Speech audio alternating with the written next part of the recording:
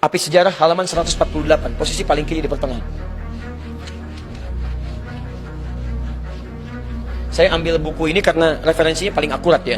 Menurut saya paling akurat karena banyak referensinya. Antum pernah dengar nama Prabu Siliwangi? Baik, Prabu Siliwangi, bentaran kekuasaannya di awal abad ke-14, di akhir abad ke-15. Itu beliau dari Banten sampai dengan ke awal Jawa, ujung Jawa. Kuasanya luar biasa, masih Hindu. Dan pemerintahannya, Masya Allah, ketika Islam masuk, itu nggak ada pertentangan, biasa aja. Ulama sudah ada, nyaman, tenang, biasa. Yang paling hebat, ketika sedang inspeksi, datang ke Karawang, daerah Karawang. Ditemukan seorang perempuan, namanya Nyai Subang Larang. Sedang membaca Al-Quran. Nyai Subang Larang itu diantara muridnya Syekh Qura. Syekh Qura itu nama aslinya Syekh Hasanuddin. Ketika pulang dari Mekah, maka disebut Ummul Qura, maka disebut Syekh Qura. Bikin pesantren beliau di Karawang. Sampai sekarang masih ada pesantren Syekh Qura. Baik, diantara muridnya namanya Nyai Subang Larang. Baca Al-Quran. Begitu dibaca, datang ini mendengar bacaannya, melihat siapa yang baca, seketika jatuh hati. Bukan jatuh kaki, hati. Masya Allah. Begitu dilihat, langsung mengajukan lamaran. Penguasa, raja, kaya, tampan, Masya Allah. Tiba-tiba anak antum dilamar. Kira-kira terima nggak? Kaya, tampan, penguasa, diterima nggak? Halo? Jangan dulu, lihat dulu, ini kan bukan muslim. Oh, bukan pakai bukan muslim. Quran surah kedua ayat 221. Lihat kalimatnya. Wala tankihul musyrikati hatta yu'minna wala amatun mu'minatun khairum min musyrikati walau ajabatkum. Jangan Anda menikahi perempuan-perempuan yang belum beriman. Orang Islam yang wajahnya biasa-biasa itu lebih bagus daripada menikah dengan non-muslim tapi rupawan. Pilih mana? Pilih perempuan soleha tapi parasnya biasa, atau non-muslim tapi cantiknya luar biasa. Pilih mana? Nggak ada pilihan yang ketiga, nggak usah maksa. Nggak usah maksa. Nggak ada pilihan ketiga. Quran tidak memberikan pilihan ketiga. Itu ujian iman. Selalu pasti, saya yakin pasti pilih yang ketiga. Kalau bisa Ustaz cantik dan beriman. Masya Allah. Ya, selalu begitu. Maka ini yang paling menarik. Yang paling menarik, dulu orang berislam itu kuat benar. Begitu datang, saya ingin melamar Anda. Apa kata beliau? Lihat, kalau orang sudah terbiasa melafadzkan lafaz Allah, lisannya berkata benar, maka akan kaku mengatakan yang buruk-buruk. Lisan yang selalu bersyahadat tidak akan pernah mengucapkan kalimat yang keluar dari syahadatnya. Kaku dia. Lisan yang selalu berkata benar, katanya baik, akan kesulitan mencari kosakata yang kotor. Antum kalau terbiasa berkata yang baik-baik, akan berkata yang kotor itu gak akan bisa, Pak. Nyari kosakatanya susah. Sama dengan lisan yang selalu bersyahadat 9 kali dalam sehari. 9 kali paling minimal. Subuh sekali, duhur 2 kali, asar 2 kali, maghrib 2 kali, isya 2 kali. Asyhadu an la ilaha illallah, asyhadu anna Muhammadar Rasulullah. Lisan orang bersyahadat mustahil bisa mengungkapkan dengan lisannya kalimat-kalimat yang mengurangi nilai syahadat. Masuk Islam dulu, katanya Subang Larang. Masuk Islam dulu, baru saya ikut.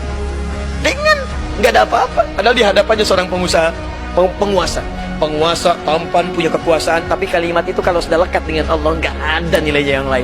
Allah. Maka apa yang dikatakan dari sini? Begitu keluar, ya saya masuk Islam. Tidak ada yang duga. Tidak ada yang duga. Masuk Islam, menikah dengan Nyai Subang Larang. Lahirlah kemudian 3 anak utama. Anak pertamanya disebut dengan Walang Sungsang. Ya, mungkin lahirnya agak sedikit bermasalah ya. 1423. Yang kedua, lahir Rara Santang. Lahir tahun 1426. Yang ketiga, Raja Sengara. Begitu lahir melotot ya. 1427. Raja Sengara. Baik, yang paling menarik semuanya masuk Islam, jelas. Walang Sungsang berubah nama jadi Abdullah Iman. Abdullah Iman. Masya Allah. Perhatikan, ini begitu Islam masuk membawa pedoman kebaikan, jadi baik. Dengan Hindu gak ada masalah, dengan Buddha gak ada masalah. Tiba-tiba masuk Islam dan berubah jadi kebaikan. Tiba-tiba apa yang terjadi? Ini yang mau saya tunjukkan. Ini berubah jadi Abdullah Iman. Kemudian ini Rara Santang berubah jadi Syarifah Mudaim. Syarifah Mudaim. Pergilah haji. Saat pergi haji itu, tiba-tiba setelah selesai mau kembali, datanglah seorang laki-laki yang melihat Syarifah Mudaim, kemudian jatuh hati, minta kepada kakaknya Abdullah Iman untuk melamarnya. Maka diizinkan, menikahlah kemudian. Menikahlah Syarifah Mudaim dengan seorang laki-laki itu. Namanya siapa? Namanya Syarif Abdullah. Berasal dari Mesir. Maka diboyonglah ke Mesir. Saya simpan dulu di sini. Abdullah Iman kemudian pulang ke Nusantara, bertemu lagi dengan bapaknya. Setelah pulang, Prabu Siliwangi punya gelar Pamanah Rasa, namanya Manah Rasa. Ditugaskanlah kemudian untuk membimbing daerah. Lihat, mulai membimbing sekarang. Daerah yang sangat kumuh, saking kumuhnya disebut dengan lemah wungkuk. Lemah wungkuk. Lemah wungkuk. Masya Allah. Di sini ada campuran-campuran etnis, dari ada Arabnya, ada Cinanya, ada kemudian orang lokalnya, dan nggak ada masalah. Begitu orang Islam datang, ditata jadi bagus. Oh, mereka campuran. Dalam bahasa lokal disebut dengan caruban. Caruban yang bercampur. Pekerjaan utamanya ngambil udang. Ya, ambil udang kecil, dibikin kemudian terasi. Pakai air rebon. Jadi rebon, air rebon. Orang bilang sana Cirebon. Jadi Cirebon. Orangnya caruban, tempatnya berubah dari Cirebon. Ditata dengan baik, jadi makmur, jadi bagus, berhasil di situ.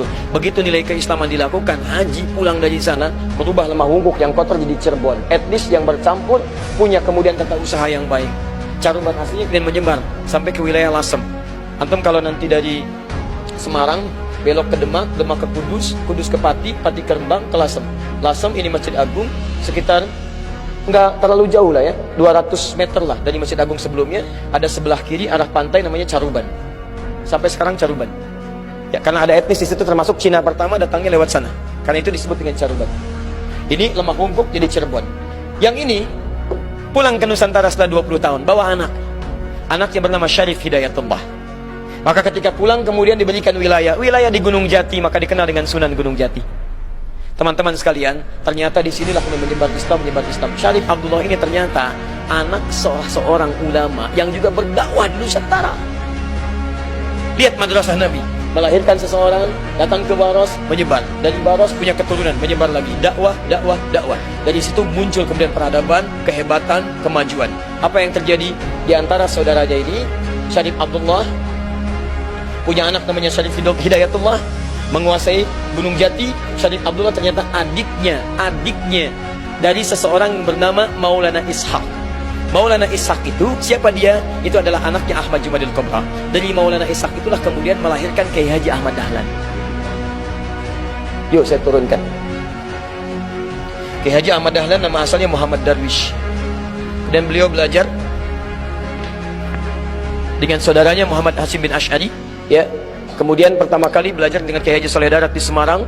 Kemudian berangkat ke Mekah, belajar dengan Kiai Ahmad Khatib Al-Minangkabawi, dengan Syekh At-Tarmasi, belajar di sana, kembali lagi. Kemudian Muhammad Darwis berubah jadi Kiai Haji Ahmad Dahlan bin Kiai Haji Abu Bakar, ya kan? Bin Kiai Ilyas bin Kiai Sulaiman bin Kiai Murtado bin Demang Jurang Juru Kapindo bin Demang Jurang Juru Sapisan bin Kiai Gerbek bin Maulana Ishaq. Sama persis dengan beliau mendirikan Muhammadiyah kemudian tanggal 18 November 1912. Sama persis dengan nasabnya Kiai Haji Muhammad Hashim bin Ash'ari yang mendirikan Nahdlatul Ulama tanggal 31 Januari 1926. Beliau Kiai Haji Muhammad Hashim bin Ash'ari bin Abdul Wahid. Abdul Wahid nama aslinya bin Abdul Wahid bin Abdul Halim. Abdul Halim nama aslinya Pangeran Benawa, dikenal dengan Sultan Hadiwijaya. Bin Abdullah bin Abdul Fattah, dikenal dengan Joko Tingkir. Ya, kemudian bin Abdul Aziz bin Abdul Rahman bin Maulana Ishaq. Ya, Walid Raden Ainul Yakin. Siapa Maulana Ishaq itu? Anaknya Ahmad Jumalil Kubra. Siapa Ahmad Jumalil Kubra itu? Keturunan dari Ali Zainal Al-Kabir. Ali Zainal Al-Kabir anaknya Ali Zainal Abidin. Ali Zainal Abidin keturunan dari Al-Husain. Al-Husain adiknya Al-Hasan. Al-Hasan anaknya Ali bin Abi Thalib radhiyallahu ta'ala anhu. Ali bin Abi Thalib suaminya Fatimah Az-Zahra. Fatimah putri Muhammad sallallahu alaihi wasallam.